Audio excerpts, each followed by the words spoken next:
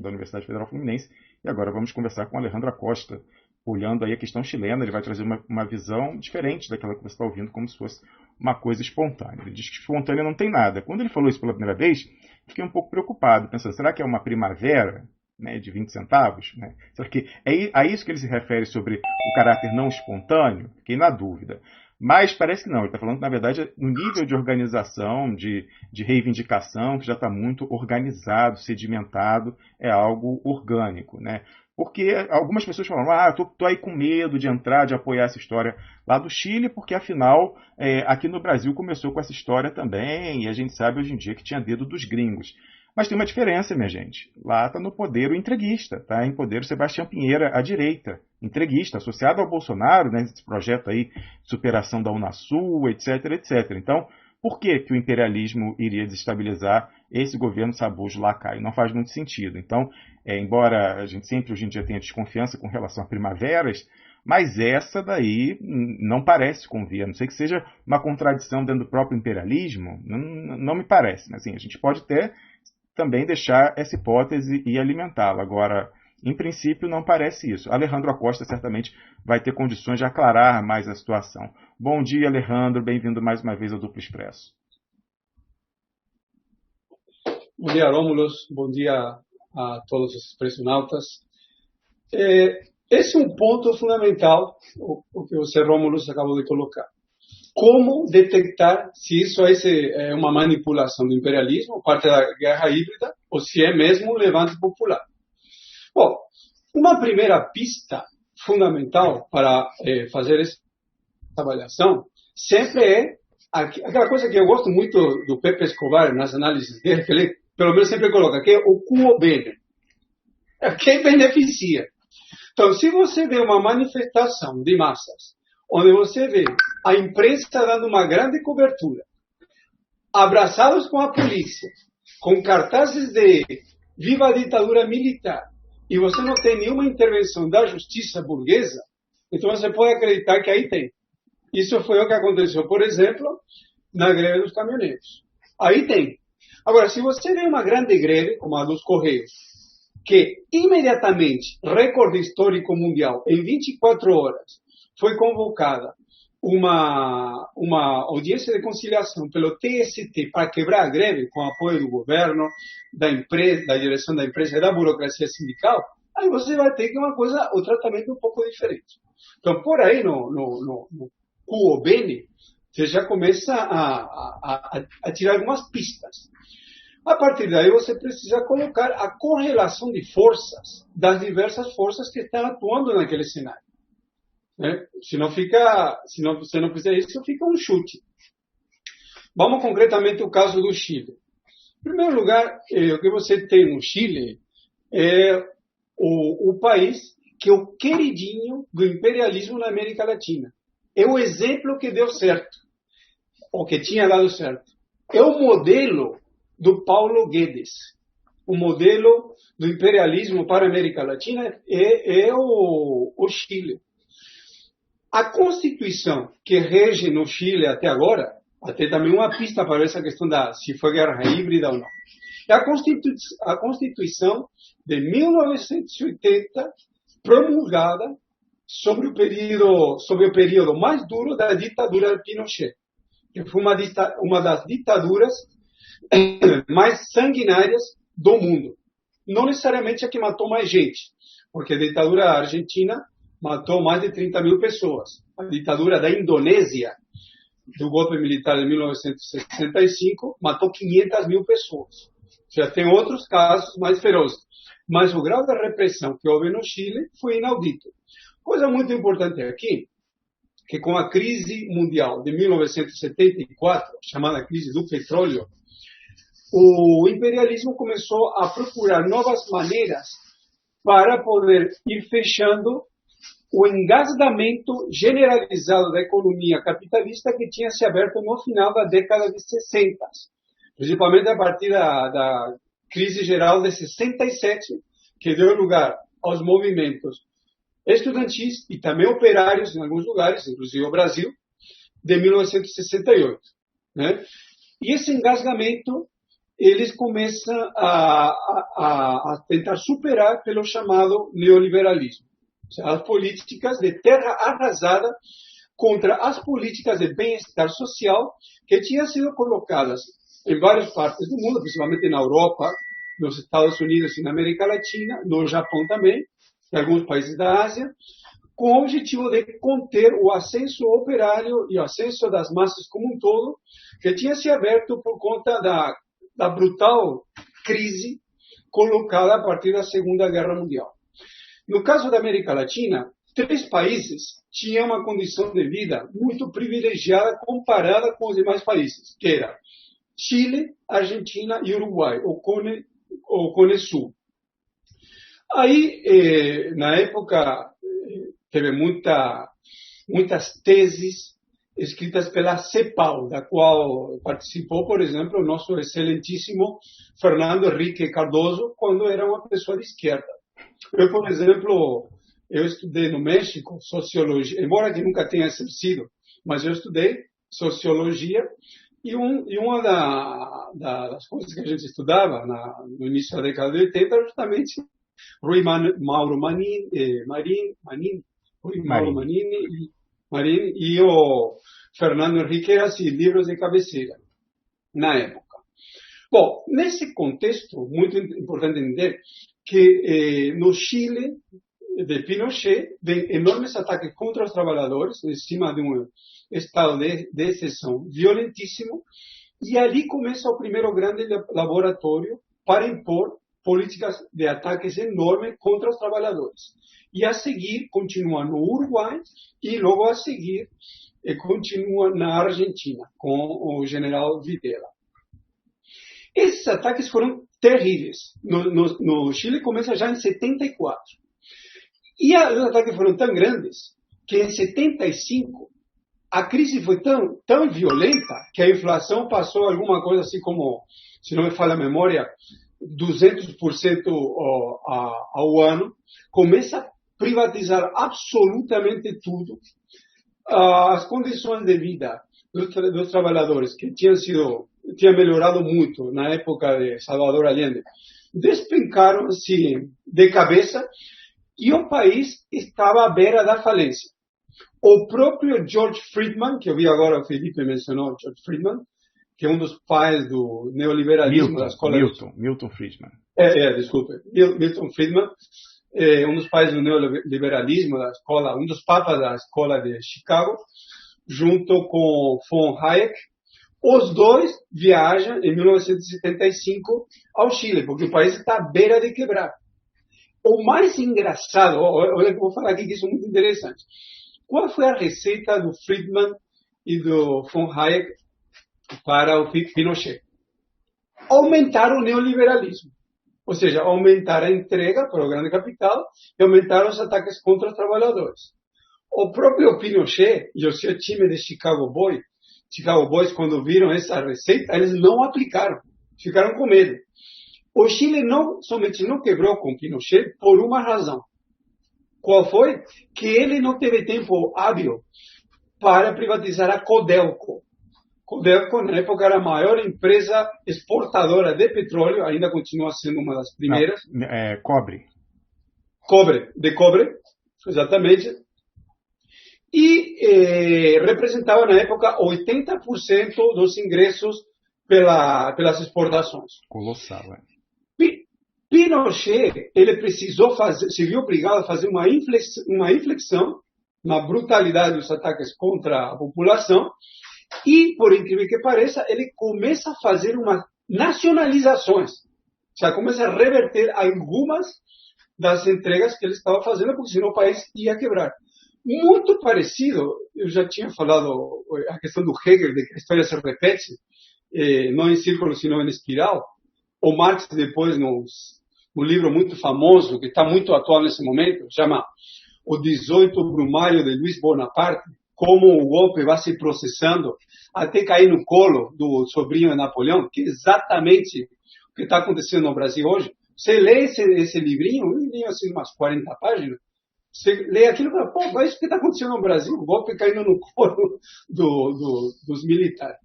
Bom, Marx falou nesse livrinho assim, a história se repete, uma vez como tragédia e outra vez como farsa. Aí, o que nós temos no Chile?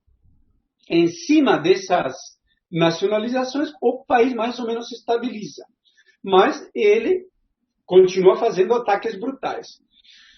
Na época, por exemplo, ele privatizou a Previdência, que é o exemplo agora para o Paulo Guedes. Ele privatizou a educação, ele privatizou a água, ele privatizou a energia elétrica, ele privatizou praticamente todos os serviços públicos. A Codelco, ele optou por não privatizar por medo. Isso, junto com a Constituição de 1980, foi o legado ao qual chegamos em 1990, quando a ditadura de Pinochet acaba. Aí que acontece? Muito importante.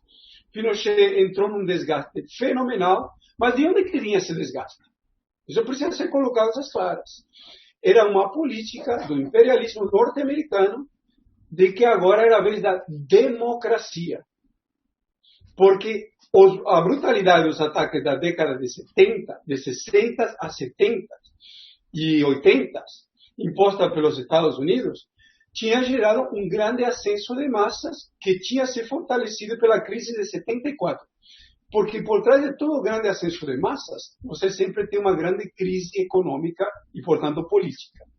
A crise de 74 teve por trás o acúmulo da crise que tinha se justamente acumulado depois da Segunda Guerra Mundial, o chamado Estado de Bem-Estar Social, onde eram enormes gastos públicos para fazer a economia funcionar, desenvolvendo o setor de armamentos, principalmente, complexo industrial militar, e a partir daí mantendo muitos benefícios sociais. Isso aí começa a ser retirado com cuidado a partir do Nixon. Com cuidado, porque ele era um privatista, só que para ele se eleger, ele não aplicou a política do Milton Friedman, que era um conselheiro dele, inclusive. Aplicou a outra política, porque quem atua na vida real é prático. Quem fala qualquer coisa, normalmente, são aqueles teóricos ou acadêmicos que não têm atuação na vida real. Então, aí vale tudo. Aí, por exemplo, o Milton Friedman, o von Hayek e outros. Aí, voltamos à época de Pinochet de novo. Dentro dessa política geral de que agora é a vez da democracia, né, e que ditaduras não cabiam mais, que era o fim do comunismo, do socialismo, da União Soviética, etc., eles manobraram para tirar Pinochet, em cima de um acordo. Então, se fez acordos entre a ditadura militar e os partidos políticos, e se entra no novo regime, na democracia, onde se mantinha toda a estrutura colocada pela ditadura de Pinochet. A Constituição de Pinochet de 1980 é válida até hoje.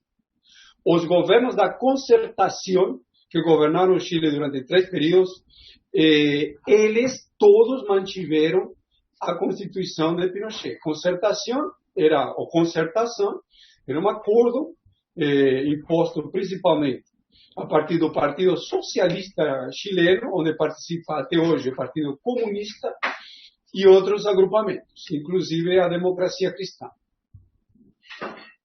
Essa suposta eficiência da economia chilena e da sociedade chilena, eu estive em Chile várias vezes, umas 5 vezes desde 1997 por aí até hoje, estive no ano passado, por exemplo, realmente tinha uma parte que era real. A economia tinha um funcionamento. O nível de vida da classe média era até alto para os padrões da chamada sociedade de consumo. Todo mundo com seu celular, de última geração. Para a classe média até tinha emprego. Muitos chilenos emigraram, inclusive, para o Brasil como altos executivos. E assim sucessivamente.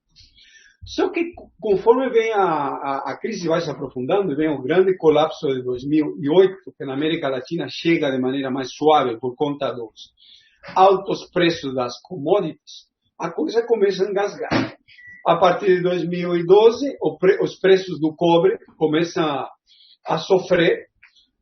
Tem um novo aumento de novo em 2015, 2016, agora caíram de novo. Então, esse acúmulo, ele acaba se transformando na gota d'água. Porque o motivo das mobilizações é a coisa mais idiota do mundo. Mais idiota ainda que o aumento da passagem dos 20 centavos de 2013 no Brasil. Que é igualzinho ao que aconteceu aqui. A passagem do metrô de Santiago, no Chile, aumentou. Olha só o dado. De 800 para 830. Ou seja, é nada. Mas é aquela coisa que a gente já falou algumas vezes, vamos repetir aqui. Hegel foi o primeiro que colocou isso em pé de maneira clara, e Marx quem deu mais substância a isso, que é assim, na vida e na sociedade, no universo, tudo vai se processando em cima de pequenas mudanças quantitativas. E que, quando atinge um certo acúmulo, isso se transforma numa mudança de qualidade. É a gota d'água. Por que 30 centavos, de 800 para 830, gerariam manifestações dessa magnitude? É a gota d'água. Sempre assim. Uma coisa aparentemente idiota, incompreensível, mas é a fervura. Passou dos 99 graus para os 100, houve uma mudança de qualidade. O líquido passou por água gasosa. Vamos um pouco fazer um repasse do que aconteceu no Chile, dando dados. Eu tenho vários conhecidos que são militantes e outros que não, no Chile, e nós temos muita informação sobre isso. Alejandro, antes de você passar a sua informação, eu vi um vídeo hoje de manhã, já falei que eu tive uma noite em claro aqui, e aí eu fiquei um pouco chocado, me marcaram no Twitter, em um vídeo que segundo a alegação da televisão lá que gravou, era alguém que eles mataram, teriam matado, e arrastam um corpo pela rua, e eu não sei, aquela pessoa está desacordada ou está morta, porque eu também não vi muito sangue. Eles estão atirando com bala de verdade, bala de borracha, isso não está muito claro. Tá, eu tenho todas as informações. Deixa eu primeiro colocar como foram as manifestações e logo como foi a repressão. As manifestações hoje é segunda, começaram há 4 dias atrás, né? Acho que foi 4 ou 5 dias atrás. Por conta da questão do aumento da passagem. Vamos ver primeiro, isso aqui é muito importante, isso para todo mundo que está na dúvida sobre se se tratou de guerra híbrida ou não, é importante entender o prático, como que isso aconteceu. Se diz, se você for acreditar na imprensa, que foi uma manifestação espontânea. Bom, mais ou menos espontânea. Um pouco espontânea, mas outro pouco não espontânea. Vou contar o porquê. Os estudantes que no Chile, como vocês sabem, há muitos anos estão em grandes mobilizações, tem o movimento dos pinguins, dos secundaristas, pinguins por conta do uniforme escolar, dos estudantes das universidades, etc., por conta do sucateamento brutal da educação pública, que quase não existe, e o grau altíssimo de... Esse pessoal corroeu a popularidade da Michelle Bachelet, né, que estão no governo dela. Sim. E do Pinheira também. O sea, os dois estão desgastados, super desgastados. E acabou ganhando nas últimas eleições Pinheira, porque é uma espécie de passagem de bastão nos últimos 4 governos. Começa com Lagos, que era um socialista, que ele teve 2 períodos no governo. Depois Bachelet, Pinheira, Bachelet, Pinheira. Ou seja, houve uma passagem de bastão, isso que é a verdade. E essas manifestações começam a ser chamadas pelas redes sociais, que nem as de 2013 no Brasil. Coincidentes. Mas só que aqui tem uma diferença. Quem estava organizando de verdade essas manifestações, por isso eu estou dizendo, foram espontâneas sim, mas houve uma certa coordenação. Eles ficaram bombando isso nas redes sociais, e no dia da manifestação, que acho que foi quinta-feira, o que eles fizeram? Eles foram para algumas estações do metrô, que eles definiram na última hora, para evitar o controle dos organismos de inteligência, e a partir daí começaram a chamar a população para aderir à manifestação. Detalhe, a adesão da população foi maciça. Nesse ponto, houve uma certa espontaneidade, porque a gota d'água, ou seja, o grau de descontentamento dos chilenos com o regime é brutal em todos os sentidos. Tanto assim que isso se transformou rapidamente de uma greve, não era nem greve, de uma paralisação contra o aumento da passagem, contra um repúdio generalizado, ativo e violento contra os símbolos principais do capitalismo. Vamos dar nome aos bois. Por exemplo, El Mercúrio. El Mercúrio é o principal jornal da direita no Chile que esteve na articulação do golpe militar contra Allende. Eles têm canal de televisão também ou é só o jornal escrito? Tem o jornal escrito e eles têm participação em canais de TV também. Certo. É um grande monopólio da TV, que também agora está no alvo dos ataques do imperialismo norte-americano com esse negócio da FIFA, do FBI, etc. Que estão querendo arrebentar com Rede Globo, a TV Cisneros, a Televisa no México e o Mercúrio, e aí vai. Bom, o ponto é que houve um grande ataque contra o Mercúrio. E o dono do Mercúrio, o Roberto Marinho, que faleceu em 2017, Eduardo, me fugiu o nome, Eduardo alguma coisa, ele tinha confessado uns anos atrás de que ele foi agente da CIA durante 40 anos e ele foi um dos principais articuladores do golpe contra ele. Então, isso aí criou uma comoção e isso foi muito atacado.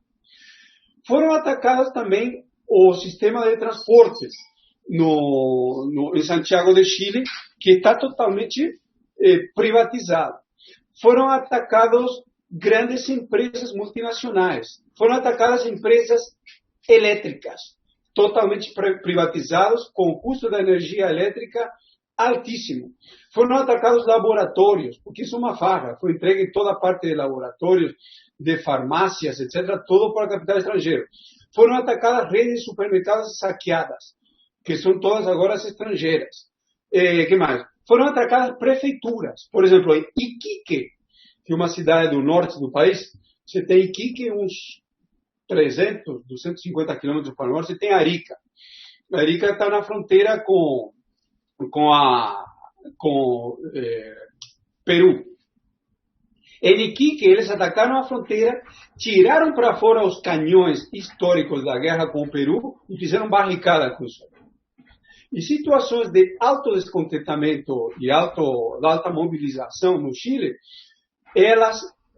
isso aqui é muito importante, elas se estenderam no país inteiro, desde Punta Arenas, que fica lá embaixo, na Patagônia, passando por Concepción, La Serena. Eu estive nessas cidades todas, por isso eu conheço.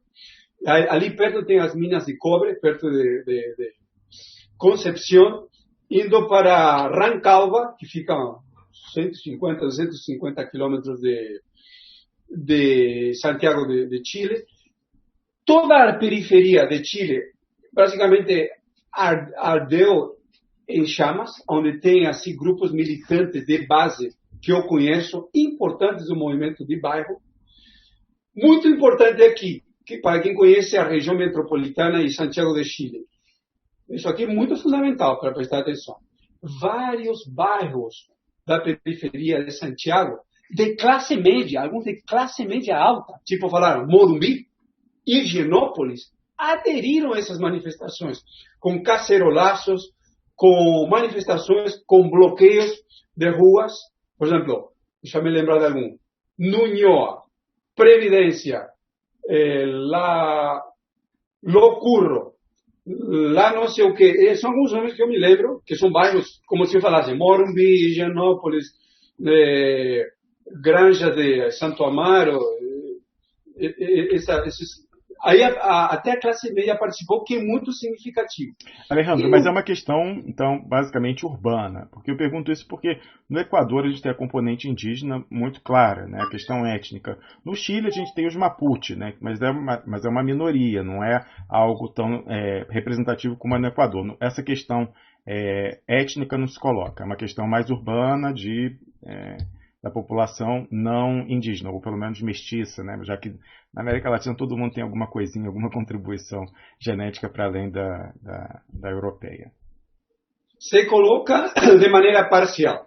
Aí a tua pergunta é totalmente fundamental, porque de fato está perguntando quais são as forças sociais do campo popular que estão atuando.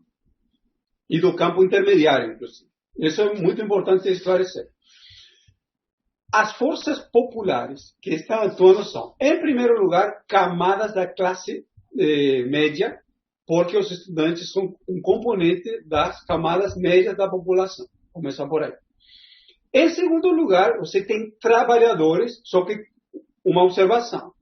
Os trabalhadores, eles não estão em campo a partir do seu local de trabalho. O poder de contenção da burocracia sindical, principalmente da CUT, que não é a antiga CUT, Central Única dos Trabalhadores da época de Allende, que foi fechada por Pinochet. Uma outra que surge em 1988, que chama Central Unitária dos Trabalhadores, controlada principalmente pela burocracia do Partido Comunista Chileno. Só que, nessa questão da classe operária, já começa a haver alguns desgarres. Por exemplo, hoje, a burocracia que controla a União, como chama isso? União Nacional dos Trabalhadores Portuários, se não for isso, alguma coisa parecida, decretou uma greve parcial pelo primeiro período, que vai das 8 da manhã até as 4 da tarde. Tudo bem, parcial, mas não é por tempo indeterminado nem nada, mas é uma greve importante, que já paralisou os 8 portos principais do Chile por completo, fazendo protestos, levando cartas para as prefeituras, etc. Ou seja, tem uma adesão inicial aí do movimento operário organizado. E você tem uma adesão maciça dos trabalhadores a partir do local de moradia, ou seja, o movimento de bairro, aonde uma série de organizações extraparlamentares atuam. Aqui um ponto muito fundamental em relação à repressão, fazendo um gancho. Você perguntou assim, como que foi essa repressão? Bom, inicialmente, o governo de Piñera, não esquecer que ele é um grande empresário, importante na época da ditadura Pinochet. Piñera é uma família. Os Piñeras se enriqueceram durante a ditadura Pinochet e foram os proprietários da LAN Chile, são ainda, e outras grandes empresas, né? Na época de Pinochet chegaram a controlar o Ministério do Trabalho. Então, ele, que é um empresário, um Trump, pragmático, ele tentou negociar. Só que detalhe, ele não tinha com quem negociar. No Equador, fazendo o paralelo, o Lenín Moreno negociou com a CONAIE, a Federação Nacional das Organizações Indígenas do Equador. Aqui não tinha. Ele chamou o Partido Comunista Chileno, partido importante, só que um partido eleitoral e ultra burocrático, não tem poder de contenção de massas. Que uma das questões fundamentais que a gente está batendo nessa tecla há anos, que a burocracia no Brasil, por exemplo, que parece muito forte, ela tem uma fortaleza parcial, ou seja, tudo, mais uma vez, parafraseando a Hegel e a Marx, tudo tem que ser avaliado a partir das contradições internas e não a partir de blocos fechados, porque nada é um bloco.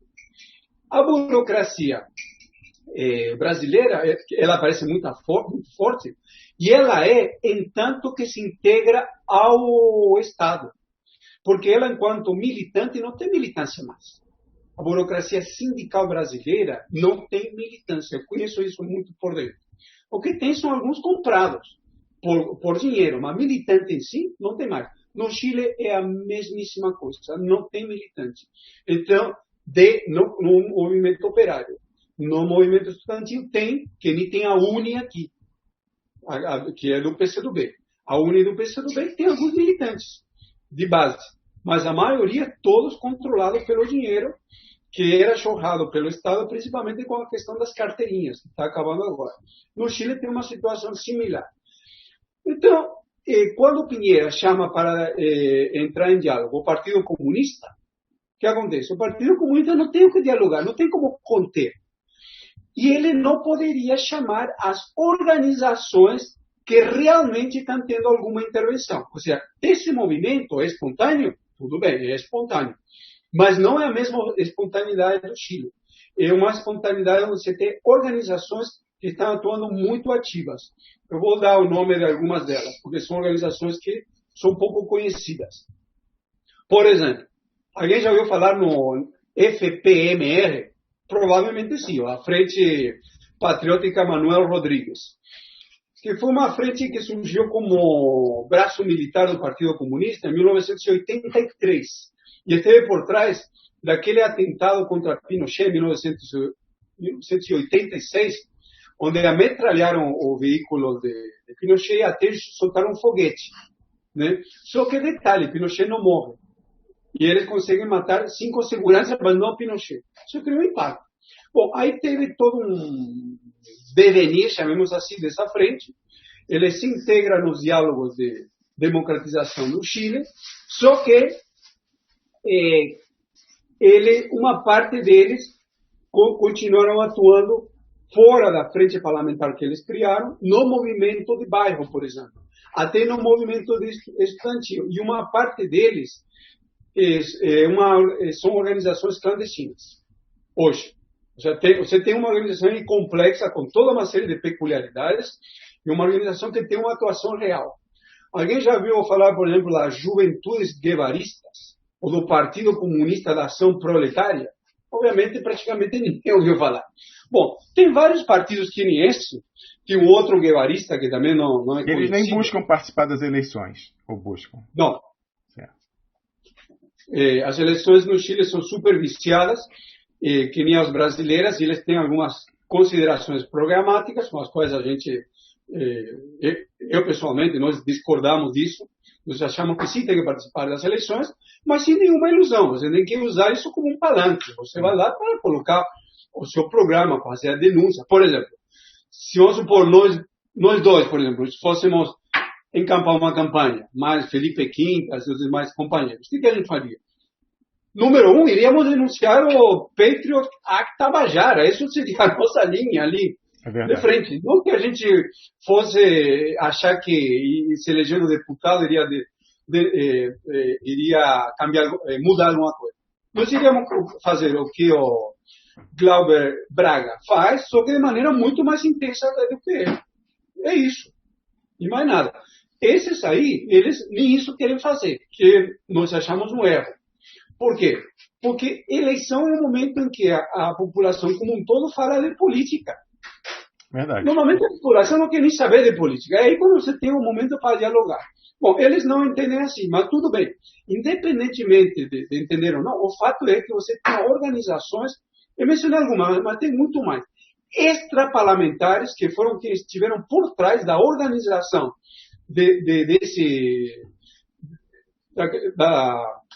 da manifestação contra o passe livre, que se transformou nisso aí. E eles estão atuando. Por isso que isso aí é um pouco diferente do Equador, porque no Equador você tinha uma grande organização importante, chamada CONAIE, só que dominada por uma burocracia que, inclusive, nas últimas eleições, teve coragem de apoiar um candidato abertamente de direita, o Guillermo Lasso do CREO, contra o candidato do Rafael Correa, contra quem ele tinha rompido.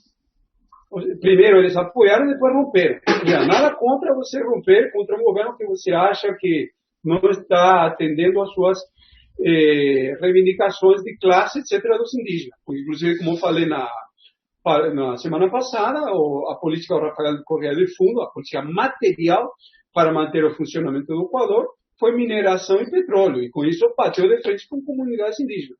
Só que daí a você apoiar um candidato do imperialismo já há um problema. Né? Aqui no Chile não tem isso. Não tem com quem negociar. E o Sebastião Pinheira, por mais pragmático que seja, ele não tem condições de chamar para conversar a frente patriótica Manuel Rodrigues, entendeu? Seria absurdo, porque é uma frente extraparlamentar. Então, aqui começamos os dados sobre a repressão. Até sábado, eles evitaram ao máximo mortos, mas bateram demais. Eu tenho conhecidos que estiveram nas manifestações, pelo que eles me contaram. O tanto que eles bateram no Chile foi pior ainda que o de 2013, quando a polícia bateu muito também.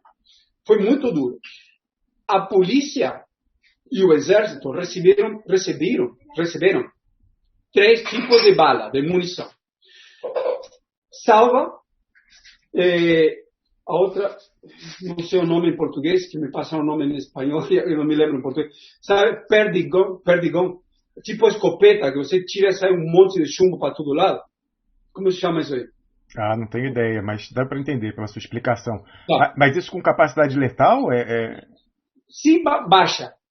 Porque uma escopeta, por exemplo, você vai ter a capacidade de jogar, em vez de jogar uma bala, joga 30.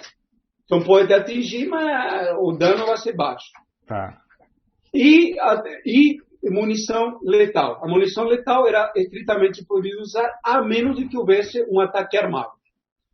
Isso foi no sábado. Agora, já no domingo, já a política mudou. E foi o que você viu. Há 10 mortos. Oficiais 7, mas são 10. E teve esse caso que apareceu nesse vídeo, que eu também vi, os militares arrastando. Agora, por que essa mudança de política do Pinheiro? Porque não tem jeito. Não tem jeito, não tem com quem negociar, não tem quem comprar. É uma peculiaridade do movimento chileno.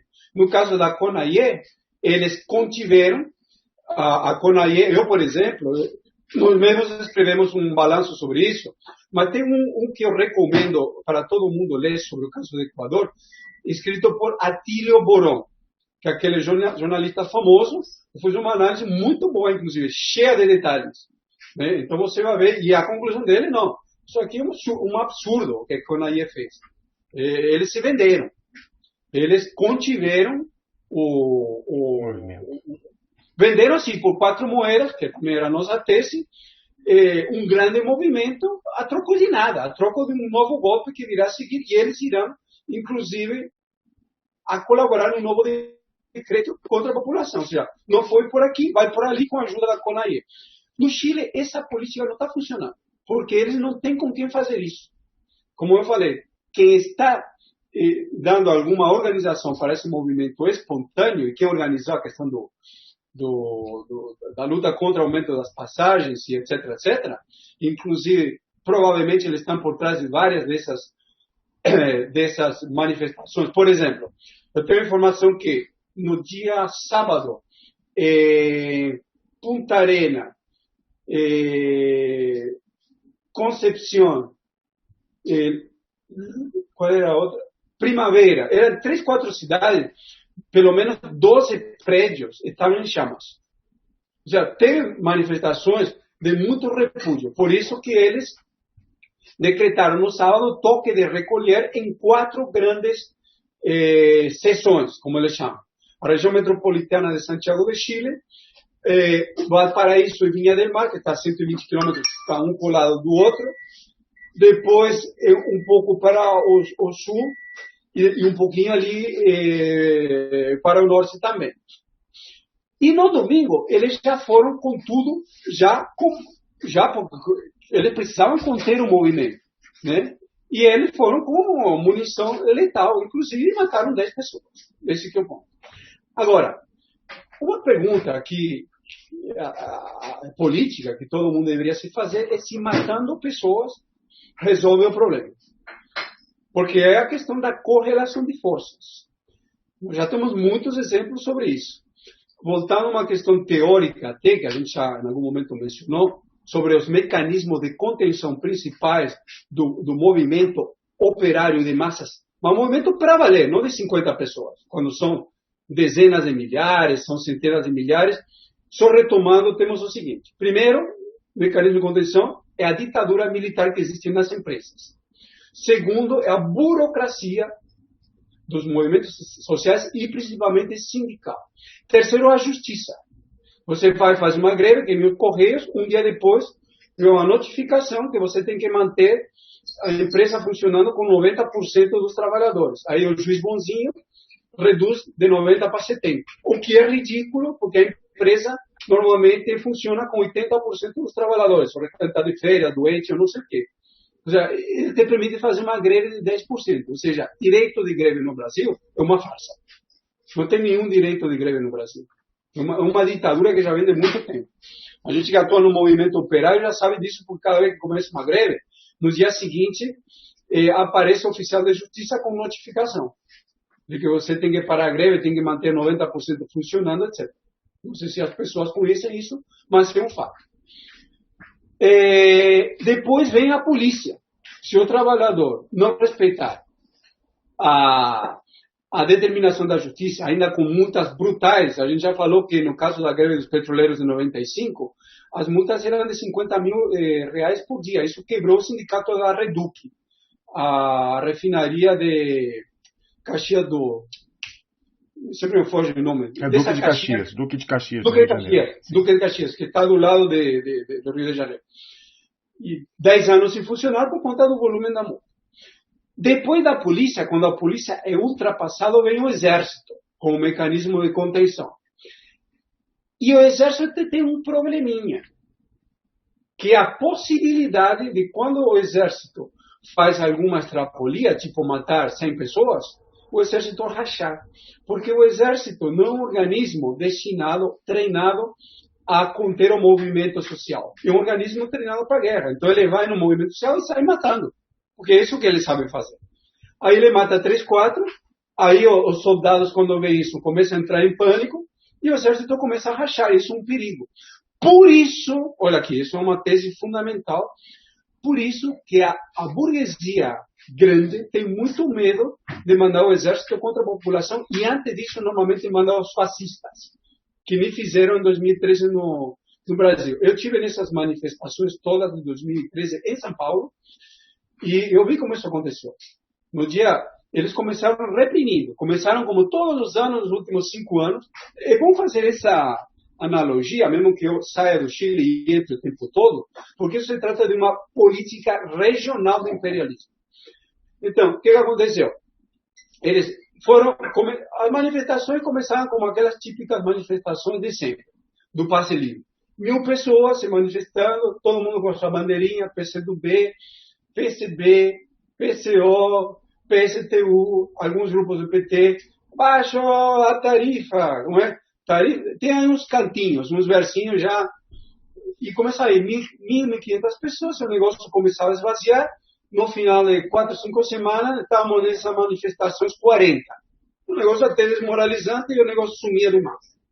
A diferença de 2013, qual é que é? Que passou de 1.500 não para 40, passou para 10.000. E a polícia começou a colocar o que sempre faz. Olha, o trajeto não pode ser por aqui, tem que ser por lá, e assim, assado, não sei o quê. E você tinha ali umas pessoas que começaram a enfrentar isso. Aqui uma correção, porque eu vi que, por exemplo, uma pessoa que eu admiro muito, que é o Pepe Escobar, ele está fazendo uma campanha contra os Black Blocs em relação a Hong Kong. E acho que aí é uma questão que ele não sabe, não tem como saber, porque ele normalmente ele não é a função dele participar de manifestações, nem organizar o movimento operário, que é a nossa função. E tem um dado para eles. Que é o seguinte, Black Bloc não é um grupo. Black Bloc é tipo uma tática. Isso. Então você não pode dizer os Black Bloc. Não, Black Bloc é uma tática que principalmente os anarquistas, eles atuam. E anarquista, cuidado, também não é um anarquista. Está cheio de anarquistas. Então, por exemplo, nas manifestações de 2013, eu na época estava no PCO ainda, nós atuávamos junto com esses que não eram Black Bloc, mas o que usavam a técnica do Black Bloc, que era uma técnica para se defender da polícia. E eles nos protegiam. E nós depois atuamos juntos nessa política de autodefesa. Obviamente você não pode ir armado, mas você usa pau da bandeira, usa uma série de coisas, coloca cimento dentro da bandeira, o pau fica mais... Tem uma série de técnicas, né? Que você, por exemplo, pode ter visto nesses dias, em qual manifestação que era? Estava vendo uma, todo mundo... no Equador, que as autodefesas da CONAIE saíram expulsando a polícia justamente com esse tipo de técnica, que é a técnica que os Black Bloc usam. E aqui no Chile, eles também usaram essas técnicas de autodefesa. E eles foram para cima. E com meio dessas técnicas, eles atacaram esses símbolos da brutal entrega do Chile aos grandes capitalistas. Porque quem é o verdadeiro criminoso aqui? Vamos colocar os pontos nos is. É quem está defendendo ter recursos para comer, para ter educação para você, os seus filhos, os seus netos, ou quem entregou o Chile, que hoje, por exemplo, alguns dados, para você marcar uma cirurgia no Chile, isso te demora de 2 a 3 anos. Nossa. O preço da energia elétrica no Chile é 4 vezes mais caro que na Alemanha. Tem os escândalos, tem um chamado Paco Gate e outro chamado Milico Gate, parafraseando Watergate, que foram grandes desvios de dinheiro que os militares e os carabineiros, como um todo, fizeram de fundos públicos. Foram, assim, desvios que se calculavam numa época de 180 milhões de dólares para mais. O caso, por exemplo, do AFES, que são os fundos de pensão. Esses fundos de pensão são tão parasitas como os que manipulam aqui, os primary dealers, que manipulam a dívida pública, que recebem 2% da operação para não fazer nada, simplesmente para comprar do governo e jogar no chamado mercado de varejo que são grandes especuladores, o mercado secundário. Eles recebem 3% só para pegar isso e manipular a especulação financeira. Ou, por exemplo, os planos de saúde. É uma roubalheira assim, sem pé nem cabeça. Então, quem que são os verdadeiros criminosos? E assim teríamos dezenas de exemplos. Então, aí o que coloca no Chile, em algum momento eu comentei que o movimento no Chile é mais importante que o movimento no Equador. Então, eu gostaria de fazer uma pequena passada nessa comparação. Qual é a importância do Chile para a América Latina e o Brasil? Essas conclusões. Obviamente, a gente teria muito mais detalhes para falar, mas acho que esse resumo é muito importante para a gente colocar as coisas no devido lugar. O movimento no Equador, ele foi muito importante porque ele foi o maior na América Latina desde 2005 que tinha acontecido no próprio Equador. Com um detalhe, no Equador era um movimento basicamente que acontecia a partir dos indígenas, fundamentalmente. No caso do Chile, os mapuches interviram porque estão sendo muito atacados, principalmente pela questão da especulação financeira com terras, plantios de commodities, a questão das madeireiras, etc. E eles participaram só que secundariamente, porque nós temos no Chile um movimento estudantil e agora um movimento popular. Só que quando se entra um movimento estudantil popular, esse é o prenúncio que em algum momento vai entrar em ação como a classe operária. Alejandro, nesse caso você já mencionou aí que tem um papel importante das redes sociais na convocação, né? Comenta-se também o uso de WhatsApp para esse tipo de mobilização e não há nenhuma iniciativa do governo para tentar coibir esse tipo de comunicação, entrar em contato com essas grandes empresas americanas e tentar impedir, desarticular esses movimentos? Eu vi a comunicação interna, um monte de mensagens transmitidas. No início, o governo não esperava que o negócio ia ser tão forte, porque houve um certo planejamento, uma certa coordenação, então não foi tão espontâneo assim. O que havia aí é o caldeirão, a temperatura já estava nos 99 graus. Só que agora começaram a haver denúncias que houveram controles no Facebook, no YouTube, Isso que o duplo expresso está sofrendo em relação à censura. Pois é, eu imaginei que eu fosse a ver algo do gênero. Isso sim tem, não houve um bloqueio ainda. Certo. Voltando aqui à questão fundamental. Ou seja, no Chile você tem uma coordenação menos espontânea do que no Equador. Além disso, o papel da burocracia, que no caso do Chile era a burocracia indígena, ou indigenista, no Chile foi bem menor da burocracia como um todo.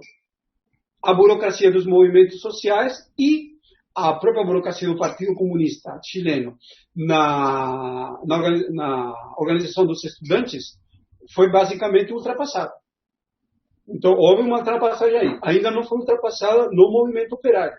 Então, mas é um outro fator. E você tem uma adesão maciça no Chile, não pelo Fora Piñera, sino começou a circular uma palavra de ordem, todos contra o sistema. Ou seja, eles são contra o sistema. Começa a surgir isso aí. Contra contra Sebastião Pinheira tem também, porque ele personifica o poder. Mas já começa a aparecer ali várias palavras de ordem apontando na direção à disputa do poder. Que no Equador, isso que a gente sentiu falta. Houve uma capitulação brutal e se deixou tudo nas mãos do próprio Lenín Moreno. Mas um ponto importante. Chile não é qualquer país. Chile é a quarta potência, o quarto país mais desenvolvido da América Latina inteira. Depois do Brasil, México, Argentina, Colômbia. Depois vem o Chile. E maior ainda a importância no seguinte. O Chile é o queridinho do imperialismo norte-americano. É um modelo econômico para ser aplicado em toda a América Latina. Ou seja, matar todo mundo de fome, privatizar tudo a troco de nada e por meio de algumas medidas em relação ao consumo, tipo celulares, dar melhores condições de vida a certas camadas melhores da população, manter as camadas inferiores da população sob o peso da bota militar. Uma coisa que a maioria não sabe, e eu vou dizer aqui, depois de 1990, quando sai a ditadura, entra a democracia, as organizações de luta que existiam, por exemplo, essas que eu mencionei e várias outras, houve uma política para descabeçá-las. Então, houve uma política para matar as lideranças, mataram várias. Matar, tá certo. Mataram várias. Eu achei que era assim, interditar, prender, não, matar mesmo. Não, mataram várias dessas lideranças. Aprisioná-las, várias foram mandadas para a cadeia, mandá-las para o exílio, por exemplo, há militantes dessa frente patriótica Manuel Rodrigues, que eles estão em outros países clandestinos, porque se voltarem para o Chile tem várias condenas contra eles, eles eram da direção. Existem no Chile várias organizações clandestinas por conta de se defender disso aí, e depois as clássicas políticas de aplicar multa, perseguições de todos os tipos. Ou seja, essa democracia chilena, mesmo na época do Lagos e da época de Michelle Bachelet, é a democracia da Constituição de Pinochet, que essa esquerda não teve coragem nem sequer de fazer um grande movimento para eliminar, que seria o básico. Esse negócio é mais do que vergonhoso. Esse modelo, que seria o modelo ideal para o imperialismo, ou seja, uma Constituição de Pinochet com um certo liberalismo econômico que funcione, uma espécie de Singapura. Quem conhece Singapura, eu conheço, por exemplo, fica impressionado. Aquilo é um negócio neoliberal, onde o nível de vida é alto, tudo é liberalizado, há uma brutal ditadura ali, mas o povo não fala nada porque a economia funciona. Não? Só que aqui, esse modelo para a América Latina, que seria uma Singapura tabajara, parafrisando a tua frase do Patriot Act Tabajara, que é muito interessante, aqui temos uma Singapura tabajara indo pelos ares. O modelo de Pinochet, que era o modelo para o Brasil, colapsou. É o modelo também para o Uruguai, é o modelo também para a Argentina, o modelo para a Colômbia, colapsou. Cadê o modelo bonitinho do imperialismo no Chile? Cadê a população satisfeita? Nada, a população está totalmente contra, em um nível de radicalismo brutal. Tanto assim que o toque de recolher continua. E, Alejandro, dos partidos que têm representação no Congresso, que estão na luta institucional, tem algum que tem interlocução com esses movimentos ou o PT jurídico foi exportado para toda a América Latina? Exatamente, é isso que acontece. Desses partidos que têm representação no Congresso, nenhum tem diálogo com esses. Tem diálogo, obviamente, mas é um diálogo ao estilo que o PT jurídico tem. Uhum. Por quê? Porque eles se integraram por completo a esse neoliberalismo, entre aspas, que surge com Pinochet e se mantém nos sucessivos governos. Verdade. Então não tem diálogo, são todos PT jurídico. É uma exportação em dupla via. Isso já vinha desde décadas, isso obviamente foi um modelo que foi imposto no PT jurídico, só que o PT jurídico agora está aperfeiçoando. Ele está, por exemplo, aprovando de uma maneira assim assombrosa. Teve um negócio que, viu, Rômulo, até eu vou te colocar, porque eu fiquei muito impactado, que eu vi na comunidade do Duplo Expresso do Telegram, que inclusive eu recomendo a todos os que estiver assistindo esse vídeo entrar no Telegram do Duplo Expresso, é fundamental. E eu vi ali, anteontem, um novo decreto, que você não mencionou ainda, que seria importante você analisar. Eu estou com o doutor em criminalística, Fernando, com Carlos Soberano, e você mesmo que é advogado, que é o decreto, acho que 1325, se não me falha a memória, que eu fiquei espantado. Porque a ideia ali, nesse decreto, pelo que eu entendi, obviamente eu não sou especialista, ele tenta concentrar todos os serviços especiais das vários órgãos de repressão, e ainda eu tenho a impressão que eles estão tentando fazer isso em conjunto com o 1595. O projeto 1595, que basicamente legaliza os esquadrões da morte no Brasil. Sim. E tentam fazer isso como uma questão única. Então, no Brasil que se vê uma expansão desse modelo. Eu tenho a impressão, será que o que você está falando deve ser o que o Piero comentou e que eu coloquei lá naquele artigo que eu publiquei ontem, vê se não é esse aqui, peraí que eu vou abrir aqui, que é a mensagem que esse próprio Major Vitor Hugo manda para o Bolsonaro, indicação número alguma coisa, será que não é isso? Não, porque realmente é para a organização das forças especiais antiterroristas. Então eu perdi isso. Tá aqui, tá no artigo, quem quiser ver, tá no comentário do Piero Lerner, olha só, que eu coloquei o print, cadê o print da... Opa, cadê? Tá rodando aqui. O print da postagem que ele colocou no Facebook. Espera aí que tá demorando a rodar. Agora já rodou aqui, ó. Então eu acho que é isso aqui que você faz referência, ó. Quer ver? Botar na tela. Vai lá, olha. É indicação número 1325 de 2019. Não é isso daí que você falou? Ó, isso. Então, é o mesmo... Você tem razão. É totalmente articulado com 1595, porque é o mesmo autor. É o Major Vitor Hugo, que é a pessoa... Você deve ter assistido o programa de ontem, você assistiu? Sim, pois é, que é a pessoa treinada a vida inteira para estar onde ele está. É um especialista de forças especiais em espionagem, arapongagem, operação psicológica e fazendo as coisas mais pesadas, como colocou o Fernando. Então, você vê que ele manda essa indicação ao Bolsonaro, como se fosse uma espontaneidade, mas né, tudo combinado, para essa sugestão ao presidente para adoção de providências para a criação do Comando Conjunto de Operações Especiais das Forças Armadas. Né? E sempre relacionando aquela questão também da OTAN, né? Era a justificativa que eles precisavam para esse tipo de iniciativa, Alejandro. Bom, deixa eu só colocar 2 ou 3 questões sobre a importância do Chile e desse decreto, que são duas... Era uma pergunta que eu tinha para você, inclusive, já vou aproveitando e você coloca na sua resposta, que era o seguinte: se a gente observa também esse tipo de fechamento clandestino do regime, replicado, como a gente está vendo no Brasil, com esse tipo de projeto de lei, usando a ameaça de terrorismo ou do crime organizado, para vir com uma legislação permitindo esse tipo de combate aí de exceção, né, um estado de exceção. Sim.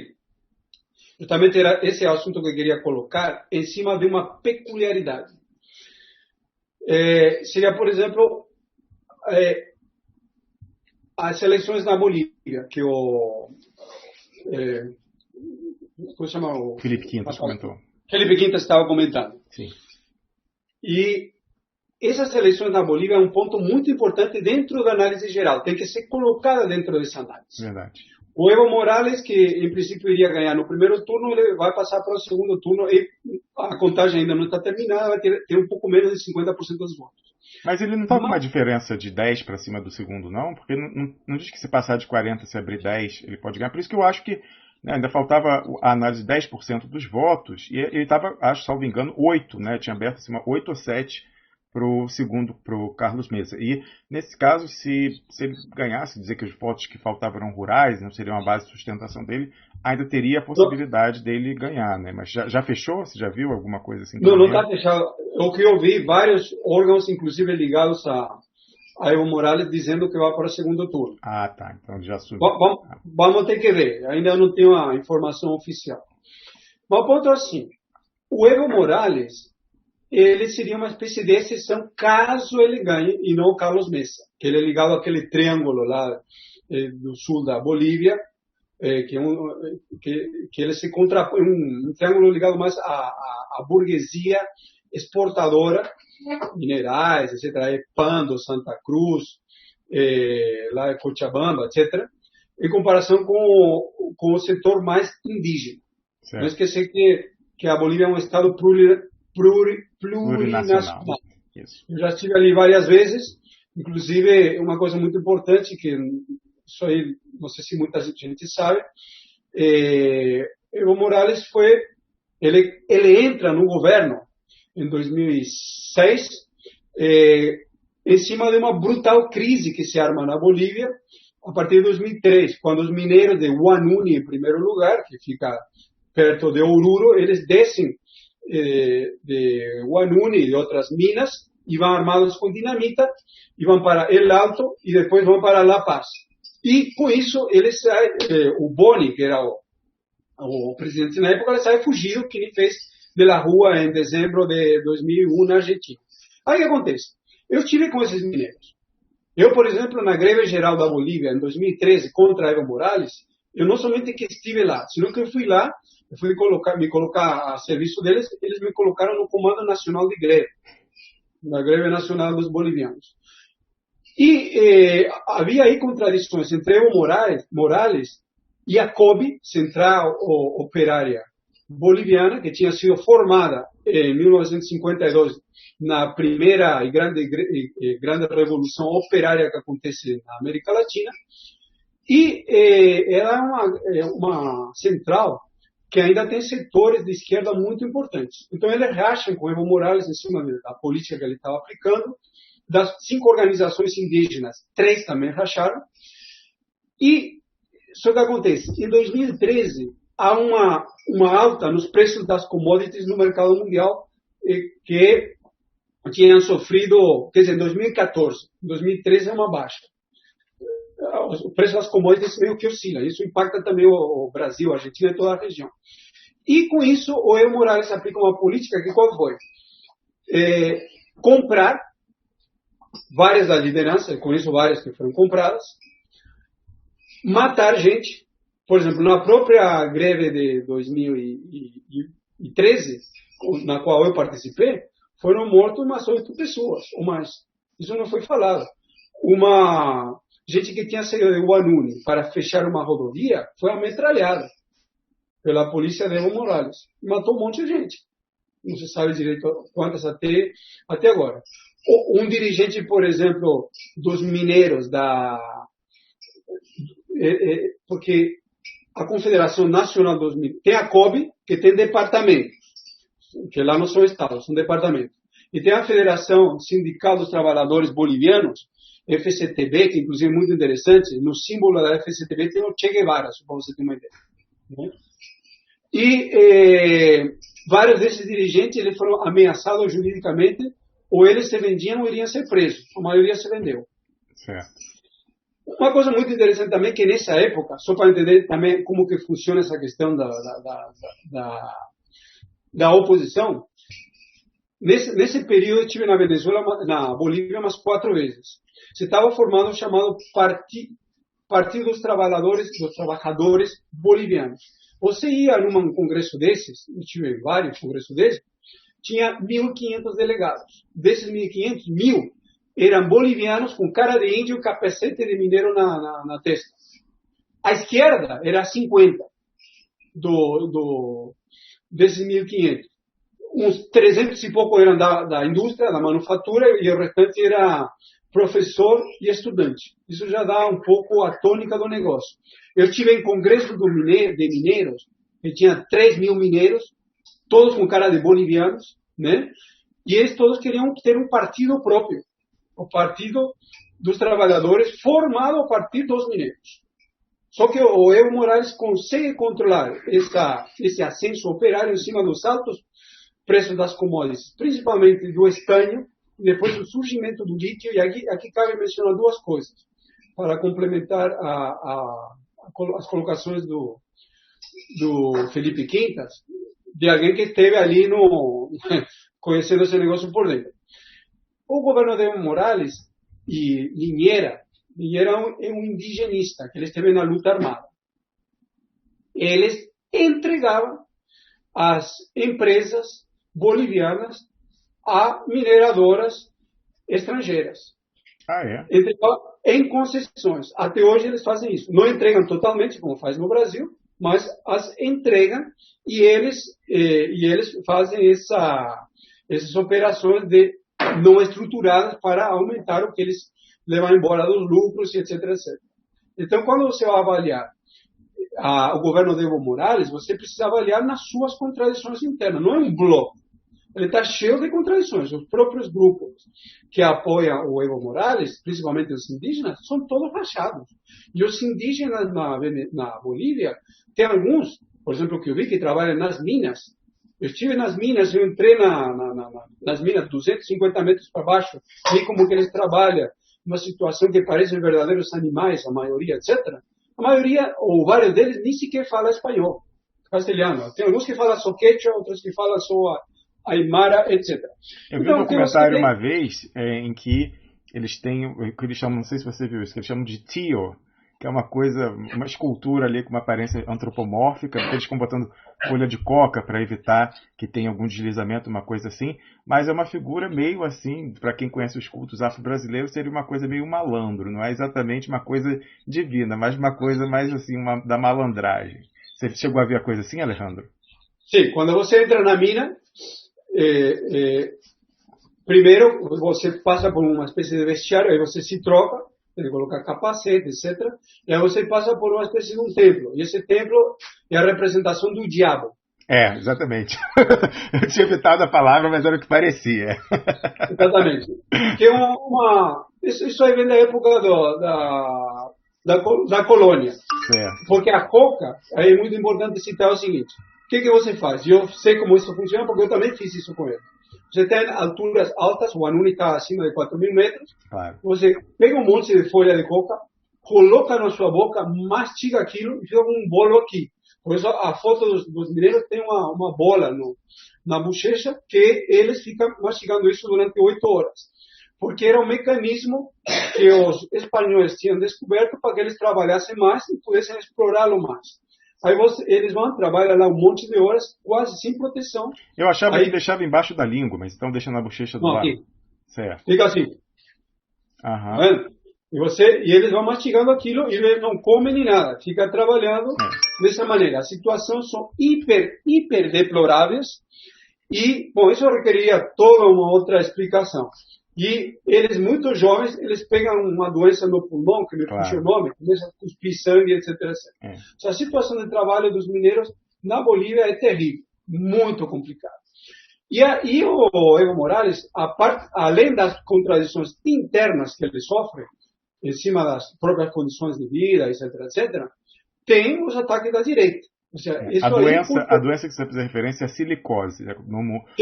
Silicose. Comum para quem é minerador, acontece isso, ficar inalando aquele pó ali. Realmente não só a vida útil enquanto trabalhador é curta por causa dessa exposição, como o resto da vida é um inferno, né, com as sequelas disso. Exatamente. Então, por que falar de Evo Morales nesse momento e colocá-lo no bolo da análise? Porque a política do imperialismo que manda na América Latina, e agora com mais força por conta da crise mundial, é arrancar até a última gota de sangue de todos nós para estabilizar a taxa de lucros, que está ainda queda em queda livre. Exatamente. E para isso, eles precisam de colocar em pé governos que consigam trazer isso. Se o governo não conseguir trazer isso, o governo vai ser deposto por meio de um golpe. Não esquecer que Evo Morales, além das coisas positivas que ele tem feito, ultimamente ele deu um giro evidente para a direita, uma maneira de se autoproteger. Exemplo, quem foi o único governante de esquerda na América Latina que esteve na posse de Bolsonaro? Verdade. Único. Quem foi que sacaneou o Cesare Battisti? Sacaneou literalmente. Eu conheço isso de perto, porque conheço um argentino, amigo. Algumas pessoas têm perguntado isso, vou até pedir a sua opinião sobre essa questão. Mas sabe que eu fiquei na dúvida ali, o Alejandro, pelo seguinte. Cara, se até o Brasil caiu, ele vai comprar briga por causa do Cesare Battisti. Ele já tá difícil a situação. Ele falou, pô, eu fiquei pensando assim, se ele falou, melhor dar os anéis para manter os dedos. Então eu fiquei pensando, se o grande Brasil caiu desse jeito lamentável que a gente viu, supostamente grande Brasil, ele, coitado, numa situação muito mais difícil lá, vai ficar fazendo esse tipo de provocação em nível internacional. Eu achei que, sim, logicamente, idealmente, eu acharia, né, que não deveria ter agido dessa forma, mas eu fiquei pensando se, no caso concreto, se a gente também faria essa questão de comprar essa briga nesse momento que já estava caminhando para uma sessão conturbada. E é preciso registrar, né, terrível isso, mas assim, o Cesare Battisti chegando à Itália, ele confessou os assassinatos. Mas assim, qual o valor dessa confissão que ele fez, enfim. Mas aí você vê, por exemplo, uma pessoa à esquerda no Brasil que sempre defendeu que o Brasil extraditasse o Cesare Battisti, que é o Mino Carta, encheu o saco do Lula, manda ele embora, não sei o que tal. E aí aquela coisa que o Lula, no final do governo, né, concede o asilo a ele, mas foram perguntar, inclusive, nessas entrevistas que estão fazendo com o Lula já preso, essa questão, acho que foi na primeira até, acho que foi até o Florestan Fernandes Júnior ou a Mônica Bergamo que perguntou, você fez tanta questão, a coisa do Cesare Battisti, e agora ele chegou na Itália e confessou tudo e tal. Aí eu se fosse o Lula, eu falaria assim, bom, olha a minha condição aqui, olha os delatores da Lava Jato, que valor tem isso? Mas em vez disso ele falou, quem deve estar feliz é o meu amigo Mino Carta, que ficava falando que tinha que ter mandado mesmo e tal, então eu errei, fazer o quê? Mas eu fico na dúvida também, mas nesse caso, eu não sei se eu fosse o Moraes se eu comprava essa briga não, Alejandro. Isso eu conheço muito bem, porque além de conhecer o Cesare Battisti, eu conheço muito de perto a um advogado, um militante dos direitos humanos, que me fugiu o nome agora, um argentino que mora em Santos, que ele é um ativista desde a época de Videla. É um senhor de 70 e tralala de anos, e ele conhece todos os detalhes disso aí. Tem muita informação disso na internet. Primeiro, as acusações contra Cesare Battisti são todas falsas. Tanto assim que ele teve asilo político concedido por Mitterrand. Quando o governo Mitterrand cai, ele vem para o Brasil e ele continua no Brasil. Ele tinha um filho. Não, demorou mais. Demorou mais. Ele passou pelo México também, mas foi, salvo engano, foi no governo Sarkozy apenas que ele perde o asilo na França. Mas é o que eu te digo. Se nem a França bancou, tudo bem, mudou a orientação política, passou para um governo mais de direita, mas se nem a França bancou diante da Itália e entregar, entendeu? Coitado do índio cocaleiro na Bolívia, ele vai provocar dessa forma, entendeu? Eu fico pensando assim, mas você conhece mais detalhes, então conta aí pra gente, por favor. Bom, lembrando que a gente tem que encerrar em 15 minutos, mas estou curioso para ouvir. Vamos rapidinho então. O que eu ia te contar não era nem um problema de querer dar o asilo ou não. Tem esse detalhe que você falou que passou por outros países, certo, etc. Mas ele esteve no Brasil, se não me engano, chegou em 2008, não foi? E o que acontece? Foi a maneira como isso se processou. Houveram contatos com o governo de Evo Morales para conceder o asilo. Certo. O asilo. Primeiro vai um amigo dele, que é amigo desse argentino, sondar lá na Bolívia, e foi quando, a partir desses primeiros contatos, que aparentemente aconteceram com o próprio Linheira, de que houve uma luz verde. Ele tenta ir, ele é preso na fronteira, depois ele vai de novo, e ele chega lá no mês de dezembro. Aí eles têm ele no banho-maria, não diz para ele, olha, não vamos te dar o asilo, vá para outro lado porque você não pode nos complicar. Mantém ele no banho-maria e entrega ele para a polícia italiana. Já houve uma sacanagem aberta isso aí. Certo. Que nem o Lenin Moreno fez no caso da... Mas você acha que foi uma coisa de caso pensado, uma armadilha? Claro que foi. Ah, olha. Exatamente. Foi uma armadilha. Porque podia ter falado para ele, olha, vai embora porque nós não vamos te dar o asilo. Olha. Se as altas esferas do governo boliviano não tivessem querido falar, teria feito isso por baixo do pano, mandado um emissário e dito, olha, tentamos, mas não vai dar, vai embora. Tem 24 horas para sair da Bolívia, sei lá, qualquer coisa. Mas não entregá-lo dessa maneira. Que é um negócio escandaloso, porque não há provas nenhuma contra ele. A delação que ele fez, ou a confissão, é totalmente falsa. Pode acreditar, porque eu conversei com ele e com esse Sim, mas outro. eu fiquei curioso, de repente a gente conversa com alguém que conhece o sistema judiciário italiano, eu fiquei curioso para saber qual vantagem ele ganhou em chegar na Itália e reconhecer. Não sei se deram uma pena mitigada para ele, o que foi, mas de fato foi um pouco desmoralizante, até para o próprio Lula, ele chegar lá e confessar. Obviamente que a gente que entende como essas coisas acontecem, a gente tem muito ceticismo com relação ao valor dessa confissão. Mas para o público em geral, pegou mal, entendeu? Mais um assim, tá vendo, o PT protegiu o terrorista mesmo. Então, foi ruim para o nosso lado, né? Bom, mas voltando ao assunto principal, nós precisaremos meio que fechar um pouco essa avaliação do Chile e da América Latina, porque tem algumas coisas importantes que eu gostaria de colocar até Vamos para lá, abrir um debate. por favor. O que aconteceu no Chile demonstra que pode acontecer em qualquer momento em qualquer país da América Latina. Próximos candidatos óbvios, Argentina, Brasil, México, qualquer país da América Central, Colômbia. Porque Mas, há uma... Alejandro, com relação ao Brasil, a dispersão territorial não é um problema? Porque eu penso o seguinte, quando você pensa na Argentina, o que é Buenos Aires? Buenos Aires é como se São Paulo, Rio e Brasília fosse uma cidade só. Então, assim, é uma coisa tremenda. Né? O Santiago também é desproporcional em relação ao restante do país. Já no Brasil, você tem mais cidades grandes e distantes territorialmente. Então, assim, você precisa ter a mobilizar. Mesmo naquela. Né, a dos 20 centavos aconteceu, né? Tomou em várias cidades ao mesmo tempo. Mas é você que, né, trabalha mais com essa questão aí de mobilizações e tal. Essa peculiaridade dos centros urbanos estarem muito distantes uns dos outros no Brasil e de você ter várias cidades grandes, isso atrapalha em alguma medida? Atrapalha, mas ao mesmo tempo nós temos experiências históricas enormes sobre isso. 2013, a greve dos Correios, todas as greves de 1980, porque uma questão política aqui, que tem a ver com essa questão do acúmulo, é que as mobilizações normalmente começam ou se desenvolvem a partir dos grandes centros. Só para você ter uma ideia, por exemplo, a Revolução Russa de 1917, ela começa em duas cidades, São Petersburgo e Moscou. Mais nada. E a partir daí se expande para os grandes centros. Obviamente, o Brasil é um assunto complexo. Da mesma maneira que a própria avaliação da Revolução Russa, principalmente não uma avaliação teórica ou técnica ou histórica, sino uma avaliação prática. O que dá para se aprender disso aí para aplicar hoje? Hoje que está cumprindo 102 anos, 70 anos da Revolução Chinesa e 100 anos da Terceira Internacional Comunista.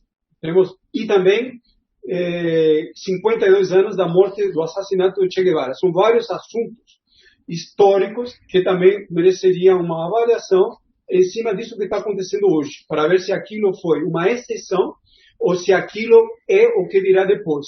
Um debate, obviamente. Voltando a essa questão aqui do Brasil, na minha opinião, o Chile demonstra, e o Chile é uma linguiça, um país gigantesco, tem 3.000 quilômetros de ponta a ponta, pode acontecer em qualquer momento, em qualquer país. Tem sintomas de ascenso muito importantes até nos Estados Unidos. A gente escreveu uma matéria, aliás, fui eu que escrevi, que o ascenso nos Estados Unidos começa em fevereiro de 2018 com a greve dos professores de West Virginia. E agora começa a se acentuar nesse momento, porque a partir da greve da General Motors, que paralisou 50 mil operários, 32 plantas industriais, 22 centros de distribuição, e somente não incluiu mais 110 mil operários da Ford e da Chrysler, foi por conta da burocracia sindical que conteve, isso aí provocou um monte de greves em outros lugares. Nós temos nesse momento, por exemplo, um grande movimento de massas no Líbano, acabou de se fechar outro no Iraque, temos no Haiti, ou seja, o negócio está explosivo porque o sistema está em crise. Então, claro, começa a surgir focos de incêndio em tudo que ligar. Claro. A Argentina, que também é um país muito grande, importante, com 45 milhões de habitantes, é um dos próximos candidatos. O México também. Movimento operário no México controlado por uma verdadeira máfia armada lá, a CTM. Mas nós tivemos há poucos anos atrás, 2015 ou 2016, enormes manifestações dos professores, gigantescas, onde o exército que está nas ruas há 15 anos, ultra corrupto por conta dos cartéis, para desbloquear rodovias, foram lá e mataram um monte de professores, principalmente no estado de Oaxaca, no sul do país, que eu conheço muito bem, porque eu morei por ali também um tempo, e os professores retomaram os piquetes. Ou seja, o que nos revela é que o imperialismo sabe, o grande capital, o imperialismo de quê? É uma superpolícia que Lenin deu a melhor definição até hoje sobre a base material do imperialismo. É a junção, ele fala junção do capital industrial ao capital bancário. Ele dá essa definição em 1916. E o que nós temos é isso hoje em dia, são 30 mil grandes conglomerados que controlam o mundo, a partir de 28 principais, que são controlados pelas 148 famílias que o ETH de Zurique fez todo o mapeamento. Então, eles estão muito preocupados com isso. Então, eles precisam estabilizar a taxa de lucro e eles vão apertando. E por isso eles vão endurecendo o regime. Essa série de atos aqui é para tentar conter o que vem a seguir. E aqui uma dica para todos os militantes de esquerda. Eu que tenho bastante experiência com isso, vou dar uma dica. Pode ser que esteja enganado, mas é uma tendência que eu observo. Muito importante. O que nós devemos esperar para o próximo período em toda a América Latina e no Brasil, e mais ainda, assim que estourar um grande colapso, isso tende a se generalizar, é estouro de movimento espontâneo para tubular. Isso em primeiro lugar. Esse mecanismo ultra-repressivo que está sendo colocado no Brasil, agora no Uruguai e em vários outros lugares, esses mecanismos não é para eles começarem a atuar imediatamente. Eles não há, dificilmente eles vão sair matando os principais ativistas imediatamente, aplicando esse decreto 1595, o outro 1325 e todos 443 e os outros. É difícil, eles tentam dar uma que está tudo normal. Isso que você mesmo tem denunciado. Não, vamos na maciota. Isso aqui é uma democracia. Só que você olha essa democracia e fala, não, prefiro morar na Alemanha de Hitler em 1936. Isso aqui é muito pior, não brinca. Então, ele vai levando na maciota. Num momento dado, há um ascenso, como aconteceu no Chile, no Equador. O que eles vão fazer? Eles precisam, já não é um problema de querer, é um problema de precisar. Ele precisa conter isso aí. Porque se o negócio continua andando, se arma uma revolução no Chile. Se arma uma revolução em toda a América Latina. Porque Chile não é um país qualquer. É muito importante. Contagia imediatamente Peru, Equador, toda a região andina. Contagia a Argentina, tem uma fronteira gigantesca com a Argentina. Provavelmente isso contagia até a Colômbia. Muito provavelmente até o Brasil. Uma revolução no Chile. Imagina uma revolução na Argentina. Imagina uma revolução no Brasil, um país continental. É o início da revolução mundial. Se a revolução começa no Brasil, aí todo mundo está com focos de incêndio, começa a ver o que está acontecendo no Brasil, você pode esperar que vai ter mais de um que vai querer seguir o exemplo brasileiro. E aí, quais são, digamos, a oportunidade, tudo analisado de maneira contraditória a partir das contradições internas. Quais são as oportunidades e os riscos? Aqui análise de risco também. Claro. Que é sério, tem que fazer uma análise de risco que se fosse um project manager. Claro. Né? Qual é o problema aqui? A oportunidade é que esses movimentos de massa têm mecanismos de contenção social cada vez mais fracos, que são essas burocracias super podres. Então, qual é o papel nosso? Intervir. Por exemplo, no Chile, nós do Gazeta Revolucionária, por meio de grupos da internet, contatos com militantes, nós estamos intervindo nesse momento. E a gente interveio no Equador, como? Basicamente, palavra de ordem. Você não pode fazer grande explicação que ninguém vai te ouvir. Então, você tem que colocar a palavra de ordem. Por exemplo, nesse momento, no Chile, a palavra de ordem é fora Pinheira e o imperialismo privatista. Né? Bom, Principalmente isso. No Chile era uma coisa parecida. Na Argentina é também. Fora o FMI, etc, etc. Né? Por um governo, o poder aos trabalhadores. E aí vai. Aí você vai trabalhando isso. Essa oportunidade. O perigo, e aí entra essa questão que casa com o Patriot Act Tabajara, é que se esse movimento estoura, por exemplo, no Brasil, essa é a grande dica. Se surge um movimento de massas no Brasil, nesse contexto geral, e a gente não sabe quando vai surgir, e esse movimento é derrotado, porque todos os lados jogam, o que vai acontecer? Imediatamente eles vão aplicar à luz do dia tudo isso que eles não estão aplicando hoje. E a política do imperialismo, e que já é uma tradição histórica no Brasil, desde as guerras da Revolução Praieira e todas aquelas do século XVIII, até agora, sempre foi descabeçar as organizações. Qualquer um que se destacar, ele vai ser provavelmente morto. Eu sou um candidato, por exemplo. E vários outros que são ativistas são candidatos também. Então tem que ficar analisando isso muito de perto, porque o estouro no Brasil pode ser uma coisa rápida, tipo no Equador. Há um grande estouro, o negócio tem um acesso, há um grande movimento de massas, por qualquer carga d'água eles conseguem controlar, depois eles vão aplicar tudo isso imediatamente para fazer uma operação de caça às bruxas. Então é bom não ter nenhuma ilusão sobre isso. Também existe outro lado da moeda, existe a possibilidade que, inclusive por meio de uma intervenção séria, as denúncias, e principalmente intervir no movimento de massas. E aqui toda essa análise, toda essa política tem que se fechar em uma palavra de ordem, senão fica difícil você intervir no movimento real.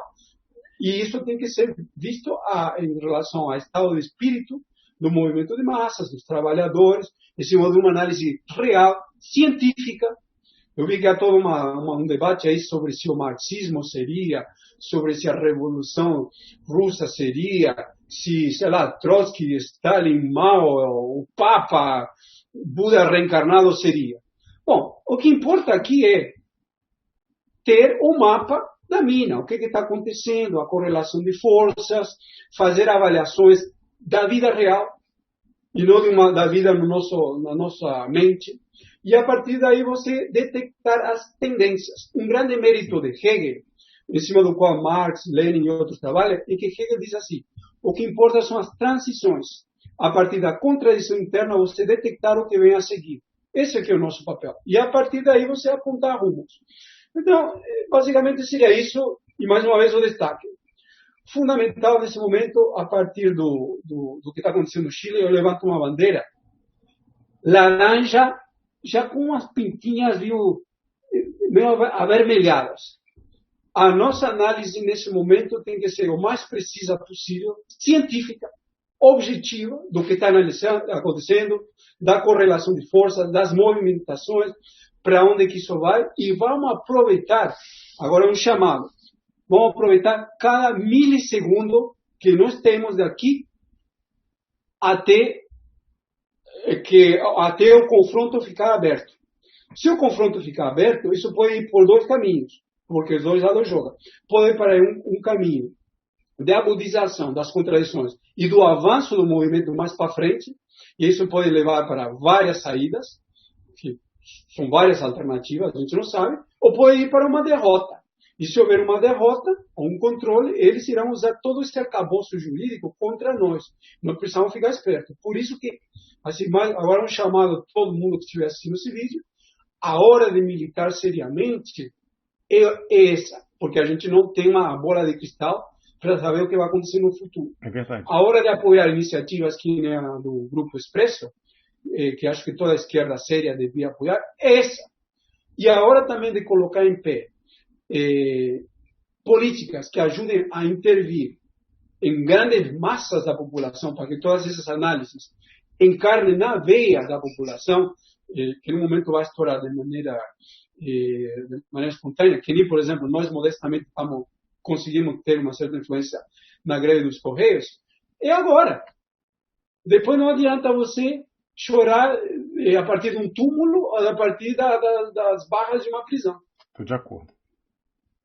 É isso aí, Alejandra Costa. Muito obrigado por esse panorama que você nos deu sobre a situação não só chilena, mas regional também, e sobre as perspectivas e como a gente deve se posicionar. Estou de acordo com a sua avaliação. Acho que a hora é agora. Depois, não adianta chorar pelo leite derramado. Não vai dar tempo de eu ler o superchat, então eu queria agradecer apenas ao Felipe Quintas, a você, Alejandra Costa, pela participação aqui no programa hoje. Agradecer a você, Expressionauta, por estar com a gente nessa hora e peço, por favor, que você compartilhe esse link. A gente precisa levar essa informação ao maior número de pessoas e peço encarecidamente que você compartilhe o programa de ontem, em que o Fernando Nogueira e o Carlos Soberano destrincham o projeto de lei 1595. E ali fica claro qual é o plano dos militares para a repressão, já está tudo escrito e a gente precisa conhecer quem é esse líder do governo na Câmara, o Major Vitor Hugo. Quando você prestar atenção e entender quem é essa pessoa e como a trajetória dele foi calculada para estar onde ele está agora,